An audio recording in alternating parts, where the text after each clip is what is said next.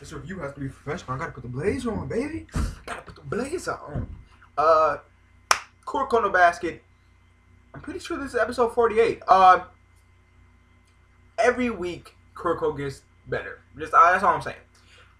Any which ways, I made a mistake in one of my last reviews saying that Murasakibara is in the zone, and it looked like, to me, somebody that doesn't read the manga, it looked like he was going inside the zone.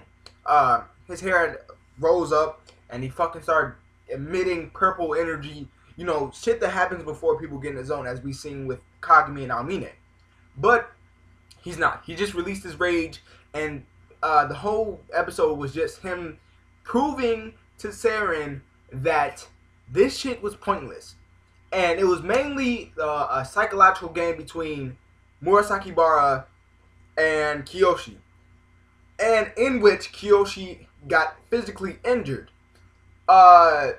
We find out that I guess when Kiyoshi played, well, the Generation Miracles, when they played Uncrowned Kings, they had whipped their asses badly. Like, it was like 140 something to like 8 or something like that, and they whipped their asses. And all Kiyoshi ever wanted to do was protect everybody.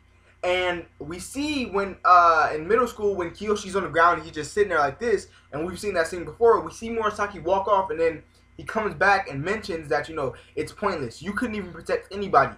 And then in future time again, he's saying right now, you can't protect anybody again. You're worthless. I hope he says a piece of dialogue that really like made me feel that Murasakibara was not at all a good guy. He's never been a good guy. I think it goes something like, you know, I'm going to demolish you and I'm going to show you everything that, how cruel basketball is and blah, blah, blah, blah. And then he was like, but at least you had fun playing basketball, right? I was like, oh shit, this dude is evil as fuck.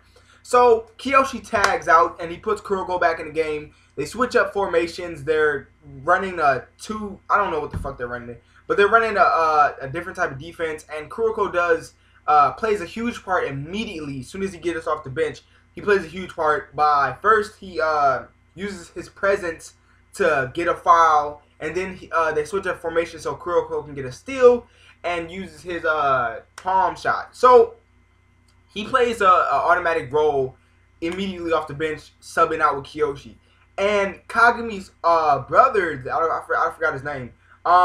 He teaches Murasakibara to just, I thought it to be common sense to somebody like the Generation of Miracles, but the way you stop Kuroko's fucking palm shot is you just put your hand between the ball and the fucking rim. That's how you block any shot. So that was that. And you know, we see Kagami try to, the fucking Thor's hammer. Oh my god, earlier in this episode we see Murasakibara go into offensive mode, and he does this thing where you see him and he just like kind of like just fucking shoots up in the air like a rocket and comes down, and he hits this thing called the Thor's hammer. He hits the rim, dunks it nasty, and the rim breaks. It literally goes and breaks. So Kagami tries to do that, and it doesn't work. You hear the thing go, and then it just doesn't break. So he's like, I figured out I can't break it after all. But so at the end of this episode, we see Seirin is on the rebound. They're on the counterattack, and they're trying to stop Murasakibara. And I know that we'll be getting zoned from Kagami and Murasakibara soon, so I cannot wait to see that. Other than that, you know, you just had the psychological games with Kiyoshi and Murasakibara that just made this episode amazing. So thank you guys for watching. Like the video if you enjoyed it. Comment down below what you thought about Murasakibara in this episode of Kuroko no Basket. And I will see you guys later.